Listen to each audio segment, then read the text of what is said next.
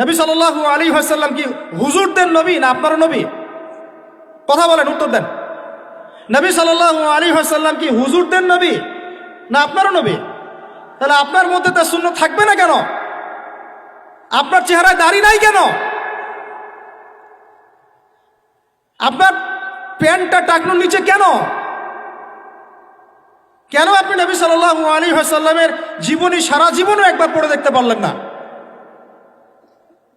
নবী সাল্লাল্লাহু আলাইহি ওয়াসাল্লাম 23 বছর আপনার আমার জন্য কষ্ট করেছেন, মানুষের মার খেয়েছেন, গাল খেয়েছেন, তাকে 15 বার হত্যা করার চেষ্টা করা হয়েছে, তাকে দেশ থেকে বের করে দেওয়া হয়েছে, গলায় দড়ি পেঁচিয়ে টান দেওয়া হয়েছে, পিঠের মধ্যে উঠে নাড়ি ভুড়ি চাপানো হয়েছে, দাঁত দাঁত ঘুষি মেরে দাঁত ফেলে দেওয়া হয়েছে, মাথা ফাটিয়ে দেওয়া হয়েছে, পা ভেঙে দেওয়া হয়েছে।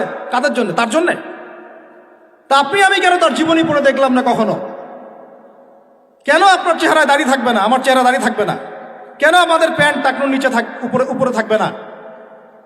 কেন আমাদের কথাবার্তা, চালচলন, খাওয়া দাওয়া, ইস্তেঞ্জা করা, নামাজ পড়া, প্রতিটা অ্যাক্টিভিটি সুন্নাহ মাফিক কেন হবে না? এটা আপনাকে হুজুরকে শেখাতে হবে কেন? এটা তো আপনার দায়িত্ব শেখা, নিজের দায়িত্ব। আল্লাহ রাস্তায় বের হতে আপনাকে বলতে হবে কেন? নিজের তাগাদা থেকে আপনি বের হবেন। হুজুররা কবরে যাবে, আপনি যাবেন না? উত্তর দেন। হুজুররা, তোমরা উত্তর দাও, ছেলেরা, ইয়াং জেনারেশন, তোমরা যারা আছো, হুজুররা কবরে যাবে, আমরা যাব না? হুজুরদের নবী মুহাম্মদ সাল্লাল্লাহু আলাইহি ওয়াসাল্লাম আমাদের নবী নন? নবী সাল্লাল্লাহু আলাইহি ওয়াসাল্লাম শুধু সাহাবীদের জন্য আসছিলেন না আমাদের সবার জন্য আসছিলেন? নবী সাল্লাল্লাহু আলাইহি ওয়াসাল্লাম সারা জীবনে যে কষ্টগুলো স্বীকার করেছেন তা নিজের জন্য না আমাদের জন্য? কিয়ামতের মাঠে তার সুপারিশ ছাড়া আপনি পার পাবেন? তাহলে আপনাকে সুন্নাত কেন শেখাতে হবে? কেন আপনাকে মেসি নেইমারের হিস্ট্রি পড়াতে হয় না? আপনি তো নিজেই জানেন। কেন আপনাকে এই নায়ক নায়িকাদের হিস্ট্রি পড়াতে হয় না? আপনি নিজেই জানেন, খোঁজ খবর নেন। কিন্তু মুহাম্মদ সাল্লাল্লাহু আলাইহি ওয়াসাল্লাম সম্পর্কে এত গাফেল কেন? সুন্নত না জানলে বেদাত চিনবেন কিভাবে? সুন্নত চিনলে পরে তো বেদাত চেনা যাবে যে এগুলো সুন্নত, এগুলোর বাইরের গুলো বেদাত।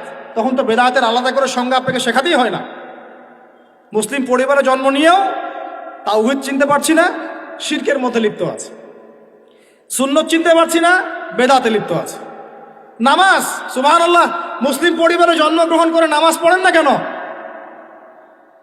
নামাজ কি হুজুরদের উপর ফরজ? বলেন।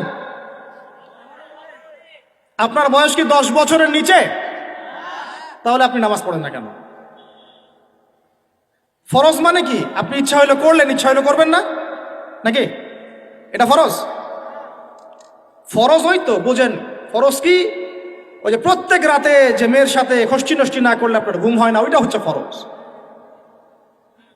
স্কুলে কলেজে গিয়ে মেয়েদের সাথে অ্যাফেয়ার্স করা, ডেটিং করা, এই পাবজি খেলা, আমাদের সবার উপর এখন ইউটিউবিং, ফেসবুকিং ফরজ।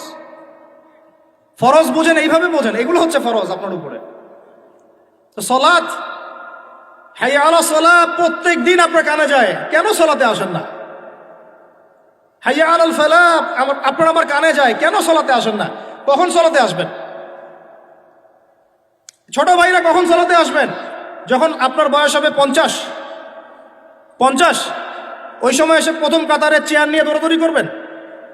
আমরা যখন মসজিদে যাই, প্রথম কাতারগুলোতে প্রথম 2টা কাতার থাকে বয়স্করা, বৃদ্ধরা, যুবকরা নাই।